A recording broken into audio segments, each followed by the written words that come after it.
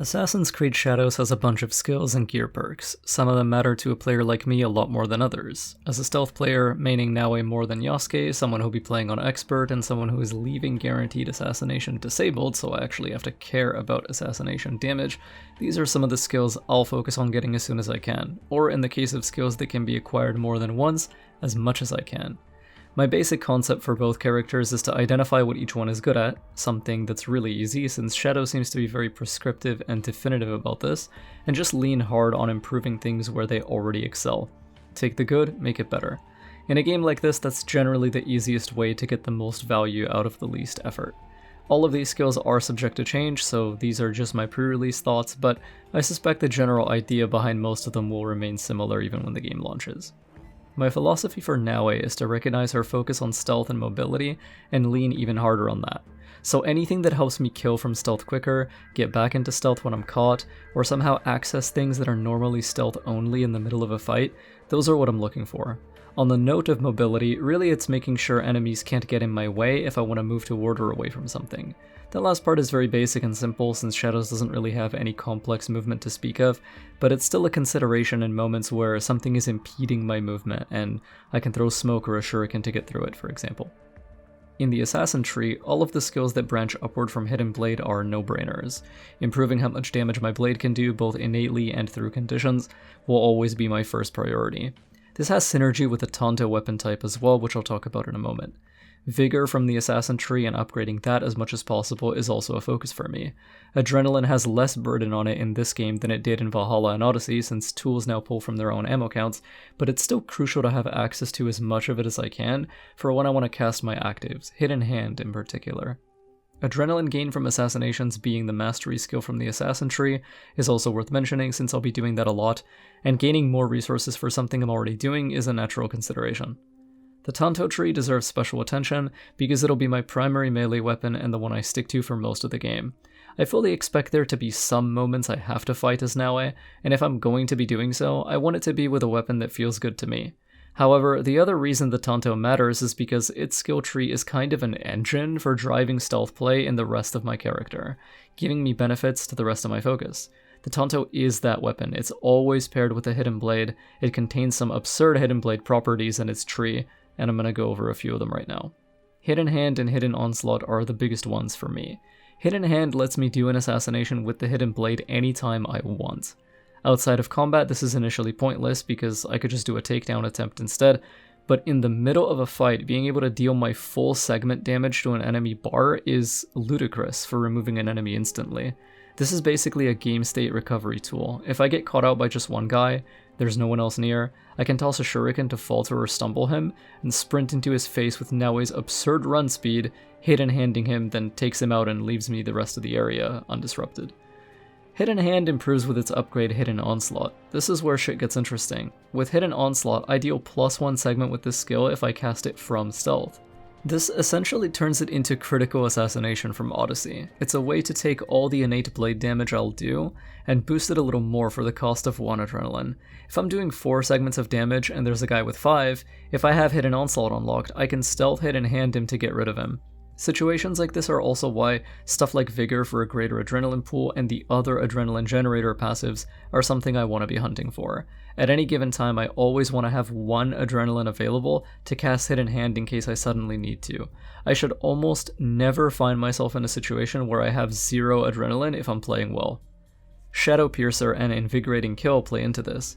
Shadow Piercer throws my Tanto at an enemy, I run at them and stab him in the neck with a Hidden Blade, dealing a lot of damage.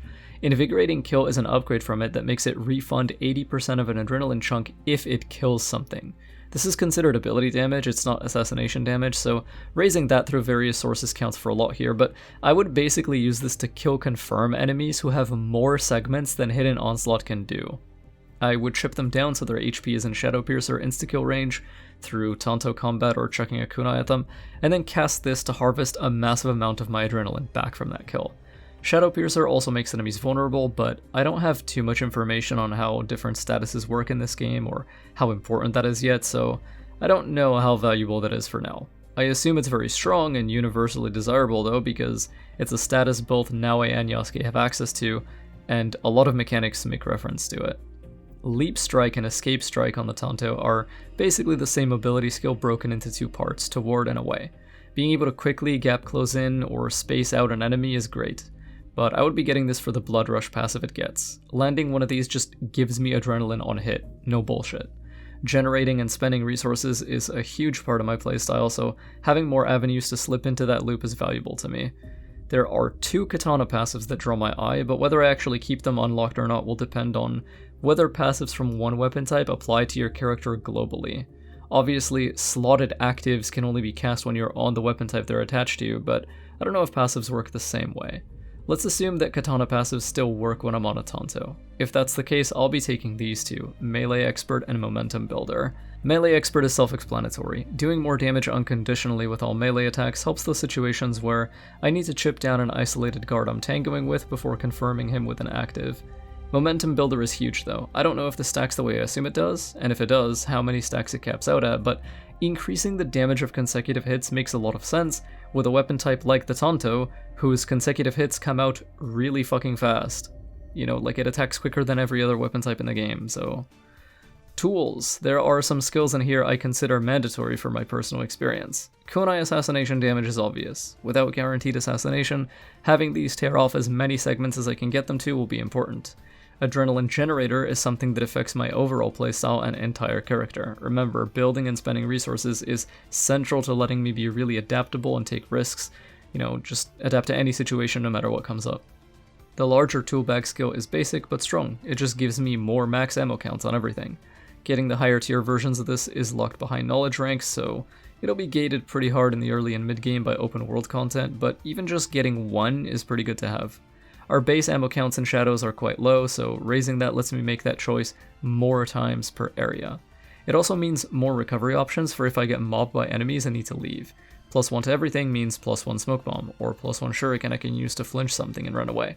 I think unless you're willingly nerfing yourself, this isn't even a choice. You are getting this skill, it would be foolish not to. Enduring Haze and Widespread on the smoke bomb are obvious as well.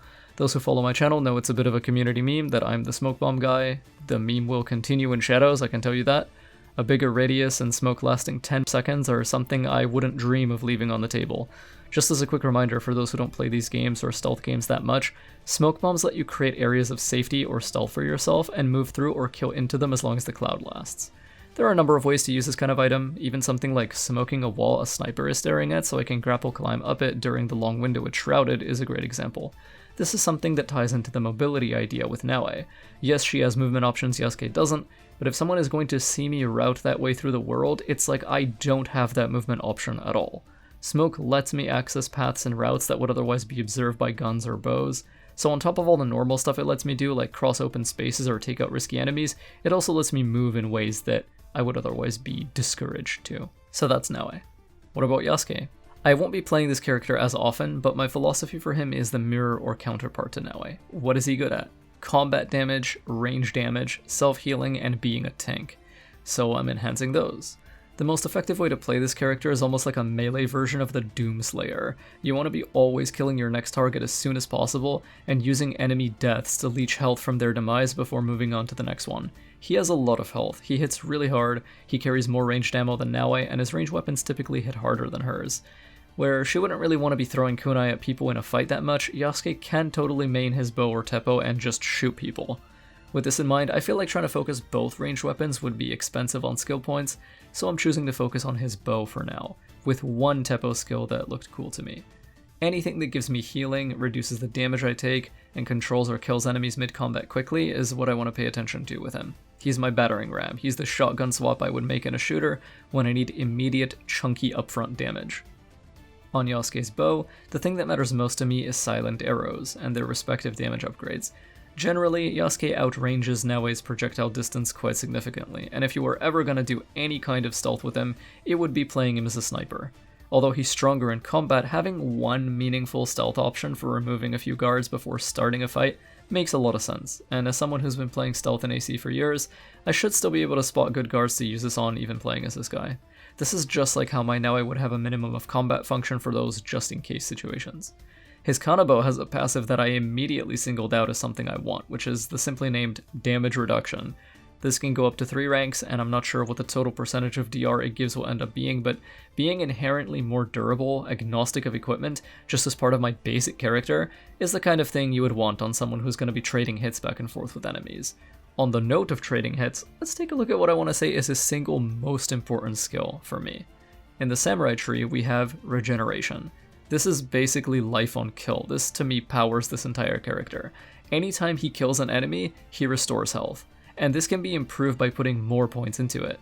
Pairing this with damage reduction or other defensive properties should give me a comfy experience in any fight I have business taking, unless I'm challenging something completely out of my league.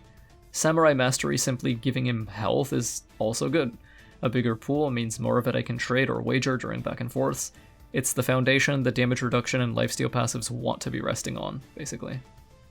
Just like Naoe, Yasuke uses Adrenaline to cast actives, so Vigor from his Samurai tree just raising his max Adrenaline is again a no-brainer. You are taking this skill, it's basically non-negotiable. Finally, War Kick is notable. This has been in a few of the games so far, and its value is that it creates a lot of space between you and a foe you select. In order for that enemy to access me again, he has to waste time running all the way back to the fight from the distance he was kicked. During that, I can kill and lifesteal off his buddies and keep my momentum rolling, so by the time he gets back to me, I'm ready to give him the attention he deserves. I briefly mentioned the Teppo earlier, having one skill that drew my eye, and it's Armor Buster. If I'm interpreting this correctly, casting this should insta-break any enemy's armor completely. In Shadows, enemies that still have the armor layer over their health will take reduced damage, but if you shatter it off, which usually takes some effort, you can deal your full damage to them, no problem. For a character who's going to be spending most of his time fighting, being able to single out a boss or tough enemy who has armor and just strip it all instantly so he's taking full damage from everything I do is too nice to ignore. But if this doesn't work the way I assume, I would just focus on armor break from other sources. Finally, let's get to his long katana. In the end, I think I value the responsiveness and speed of his sword more than the other 2 melee archetypes he has, so I'll probably focus on this weapon the most, even though I do really enjoy the Naginata's reach. Adrenaline Builder is resource generation, so that's getting grabbed no matter what. Combat Expert is something that's not even a choice on him, most of his damage is going to be done with melee, and Silent Arrows don't deal normal damage anyway, they remove segments, so we don't really care about those.